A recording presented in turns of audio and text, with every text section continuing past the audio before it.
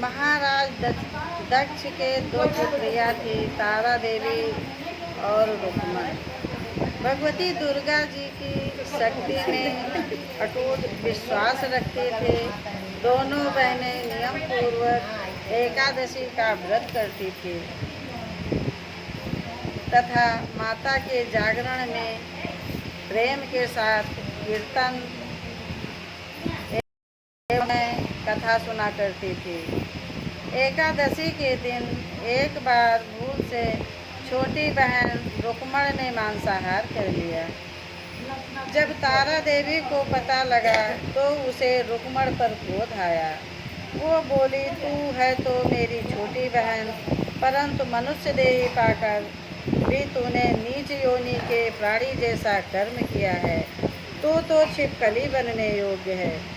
बड़ी बहन के मुख से निकले शब्दों को रुक्मण ने शिरोधार्य कर लिया और साथ ही प्रायश्चित का उपाय पूछा।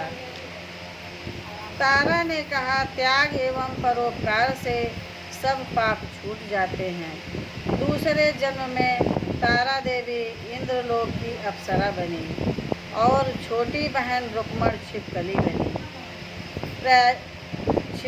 बनी और छिपकली योनि में प्रायश्चित का अवसर ढूंढने लगी। द्वापर युग में जब 5 पांडवों ने अश्वमेघ यज्ञ किया, तब उन्होंने दूत भेजकर दुर्वासा ऋषि सहित 33 करोड़ देवताओं को निमंत्रण दिया। जब दुर्वासा ऋषि के स्थान पर निमंत्रण लेकर दूत गया तो दुर्वासा ऋषि बोले, यदि 33 करोड़ देवता उस यज्ञ में भाग लेंगे तो मैं उस यज्ञ में नहीं आऊँगा। दूत 33 करोड़ देवताओं को निमंत्रण देकर वापस पहुँचा और दुर्वासा ऋषि का वृतांत पांडवों से कह सुनाया कि वो सब देवताओं को बुलाने पर नहीं आवेंगे। यज्ञ आरंभ हुआ।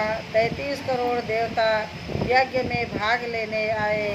उन्होंने दुर्वासा ऋषि जी को न देखकर पांडवों से पूछा कि ऋषि को क्यों नहीं बुलाया। इस पर पांडवों ने नम्रता सहित उत्तर दिया कि निमंत्रण भेजा था, परंतु वे अहंकार के कारण नहीं आए। यज्ञ में पूजन हवन आदि समाप्त हुआ। भोजन के लिए भंडारे की तैयारी होने लगी। दुर्वासा ऋषि ने देखा कि पांडवों ने उनकी उपेक्षा कर दी है, तो उन्होंने अत्यंत क्रोध करके पक्षी का रूप धारण किया और चोंच में सर्प लेकर भंडारे में फेंक दिया, जिसका किसी को कुछ भी पता नहीं चला। वो सर्प खीर की कड़ाही में गिरकर छिप गई। एक छिपकली जो पिछले जन्म में तारा देवी की छोटी बहन थी तथा बहन के शब्दों को शिरोधार्य कर इस जन्म में छिपकली बनी, सर्प का भंडारे में गिरना देख रही थी। उसे त्याग व परोपकार की शिक्षा अब तक याद थी। वो भंडारे घर की दीवार पर चिपकी समय की प्रतीक्षा करती रही। कई लोगों के प्राण बचाने हेतु उसने अपने प्राण न्यौछावर कर देने का मन ही मन निश्चय किया। जब खीर भंडारे में जाने वाली थी तो सबकी आंखों के सामने वो छिपकली दीवार से कूदकर कड़ाही में जा गिरी। लोग छिपकली को भला बुरा कहते हुए खीर के कड़ाहे को खाली करने लगे। उस समय उन्होंने उसमें मरे हुए सांप को देखा। अब सबको मालूम हुआ कि छिपकली ने अपने प्राणों को देकर उन सबके प्राणों की रक्षा की है। इस प्रकार उपस्थित सभी सज्जनों और देवताओं ने उस छिपकली के लिए प्रार्थना की कि उसे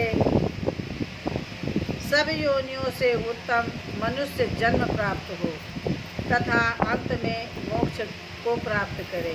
तीसरे जन्म में छिपकली राजा स्पर्श के घर कन्या बनी।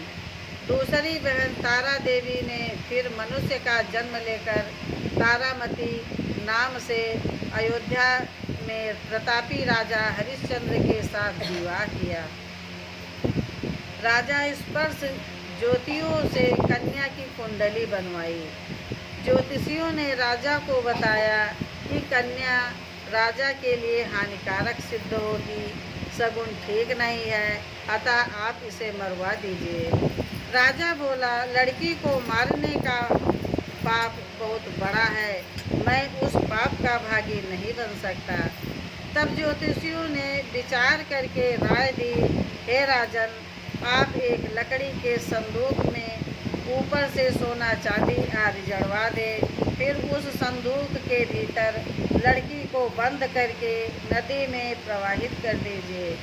सोना चांदी जड़ित लकड़ी का संदूक अवश्य ही कोई लालच में निकाल लेगा और आपकी कन्या को भी पाल लेगा। आपको किसी प्रकार का पाप नहीं लगेगा। ऐसा ही किया गया और नदी में संदूक को बहाया गया। संदूक बहता हुआ काशी के समीप एक भंगी को दिखाई दिया। वो संदूक को नदी से बाहर निकाल लाया। संदूक जब खोला तो सोना चांदी के अतिरिक्त अत्यंत रूपवान कन्या दिखाई दी। उस भंगी के कोई संतान नहीं थे। जब उसने अपनी पत्नी को कन्या दी तो उसको खुशी का ठिकाना न रहा। उसने अपनी संतान के समान ही बच्ची को छाती से लगा लिया। भगवती की कृपा से उसके स्तनों में दूध उतर आया। पति पत्नी दोनों ने प्रेम से कन्या का नाम रुक्को रख दिया। जब वो कन्या विवाह के योग्य हुई तो भंगी ने उसका विवाह अयोध्या के युवक के साथ बड़ी धूमधाम से किया। इस प्रकार पहले जन्म की रुक्मण दूसरे जन्म में छिपकली तथा तीसरे जन्म में रुक्को बन गई। रुक्को की सास महाराजा हरिश्चंद्र के घर सफाई आदि का काम करने जाया करती थी। एक दिन वो बीमार पड़ गई तो सास ने कहा, अरे रुक्को, तू महाराजा हरिश्चंद्र के घर काम करने के लिए चली जा। रुक्को राजा हरिश्चंद्र के घर पहुंच गई। महाराजा की पत्नी तारामती ने जब रुक्को को देखा तो वो अपने पूर्व जन्म के पुण्य से उसे पहचान गई। तब तारामती ने रुक्को से कहा, तुम यहाँ मेरे निकट आकर बैठो। महारानी की बात सुनकर रुक्को बोली, रानी जी, मैं नीच जाति की भंगिनी हूँ, भला मैं आपके साथ कैसे बैठ सकती हूँ। तब तारामती ने कहा, बहन, पूर्व जन्म में तुम मेरी सगी बहन थी। एकादशी का व्रत खंडित करने के कारण तुम्हें छिपकली की योनि में जाना पड़ा। जो होना था सो हो चुका। अब तुम अपने इस जन्म को सुधारने का उपाय करो तथा भगवती माता की सेवा करके अपना जन्म सफल बनाओ। ये सुनकर रुक्को की बड़ी प्रसन्नता हुई और उससे उसका उपाय पूछा। रानी ने बताया कि वैष्णो माता सब मनोरथों को पूरा करने वाली हैं। जो लोग श्रद्धापूर्वक माता का पूजन व जागरण करते हैं उनकी सब मनोकामनाएं पूर्ण होती हैं। रुक्को ने खुश होकर माता की मनौती करते हुए कहा, हे माता, यदि आपकी कृपा से मुझे एक पुत्र हो जाए तो मैं भी आपका पूजन व जागरण कराऊंगी। प्रार्थना को माता ने स्वीकार कर लिया। फलस्वरूप 10वें महीने उसके गर्भ से एक अत्यंत सुंदर बालक ने जन्म लिया।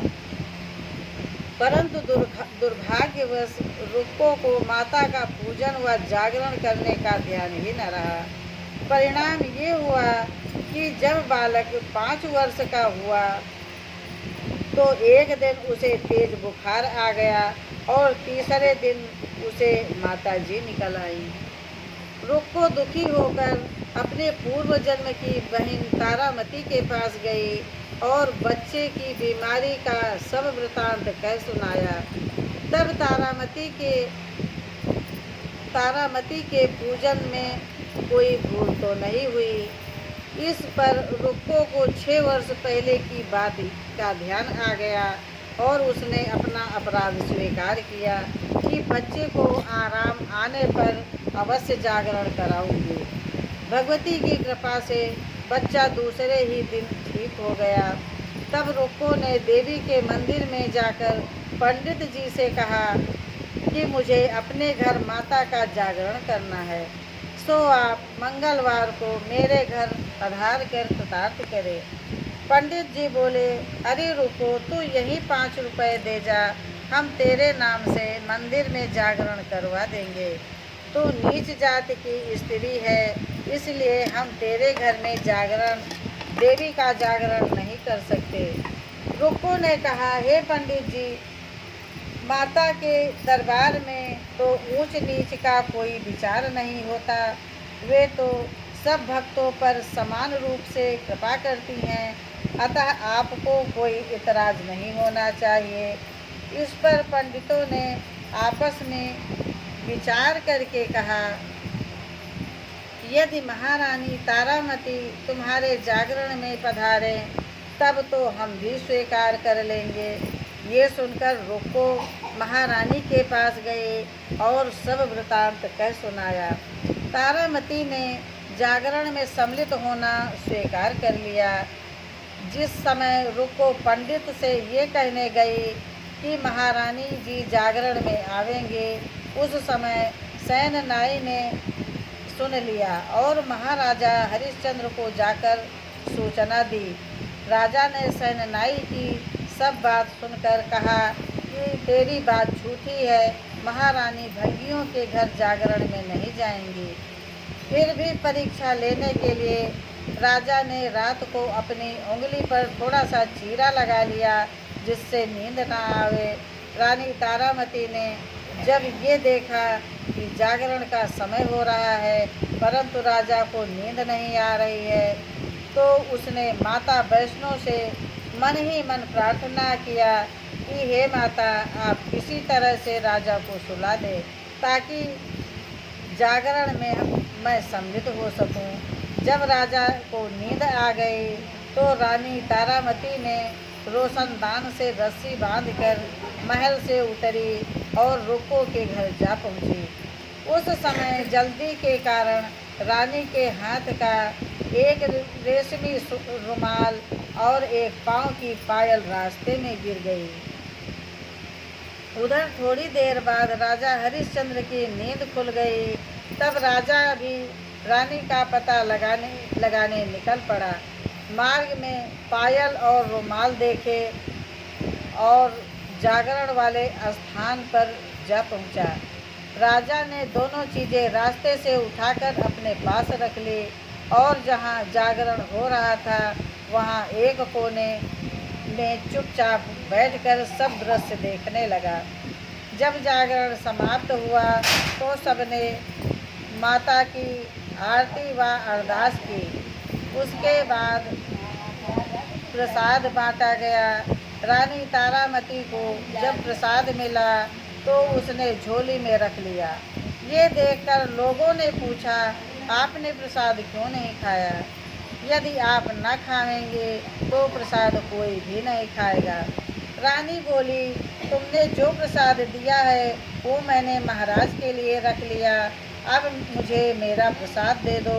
अब की बार प्रसाद लेकर तारा ने खा लिया। इसके बाद सब भक्तों ने माता का प्रसाद खाया। इस प्रकार जागरण समाप्त करके प्रसाद खाने के बाद रानी तारामती घर की ओर चली।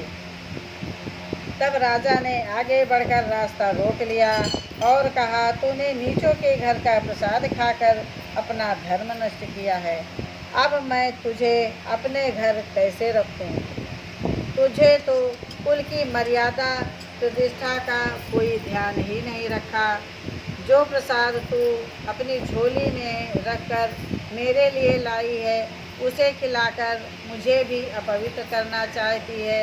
ऐसा कहते हुए जब राजा ने झोली की ओर देखा तो भगवती की कृपा से प्रसाद के स्थान पर उसमें चंपा, गुलाब, गेंदा के फूल, कच्चे चावल और सुपारियां दिखाई दी। ये चमत्कार देखकर राजा आश्चर्यचकित रह गया। राजा हरिश्चंद्र रानी तारामती को साथ लेकर वापस लौट आया। वहाँ रानी ने ज्वाला मैया की शक्ति से बिना किसी माचिस या चकमक पत्थर की सहायता लिए बिना राजा को अग्नि प्रज्वलित करके दिखाई, जिससे देखकर राजा का आश्चर्य और बढ़ गया। राजा के मन में देवी के प्रति विश्वास तथा श्रद्धा जाग उठी। इसके बाद राजा ने रानी से कहा, मैं माता के प्रत्यक्ष दर्शन करना चाहता हूँ। रानी बोली, प्रत्यक्ष दर्शन पाने के लिए बहुत बड़ा त्याग होना चाहिए। यदि आप अपने पुत्र रोहितास की बलि दे सके तो आपको दुर्गा देवी के प्रत्यक्ष दर्शन भी प्राप्त हो सकते हैं। राजा के मन में देवी के दर्शन की लगन हो गई थी। राजा ने पुत्र का मोह त्याग कर रोहितास का सिर देवी को अर्पण कर दिया। ऐसी सच्ची श्रद्धा एवं विश्वास देखकर दुर्गा माता सिंह पर सवार होकर उसी समय वहां प्रकट हो गई और राजा हरिश्चंद्र दर्शन करके कृतार्थ हुए। मरा हुआ पुत्र भी जीवित हो गया। ये चमत्कार देखकर राजा हरिश्चंद्र गदगद हो गया। उन्होंने विधि पूर्वक माता का पूजन करके अपराधों की क्षमा मांगी। सुखी रहने का आशीर्वाद देकर माता अंतर्ध्यान हो गई।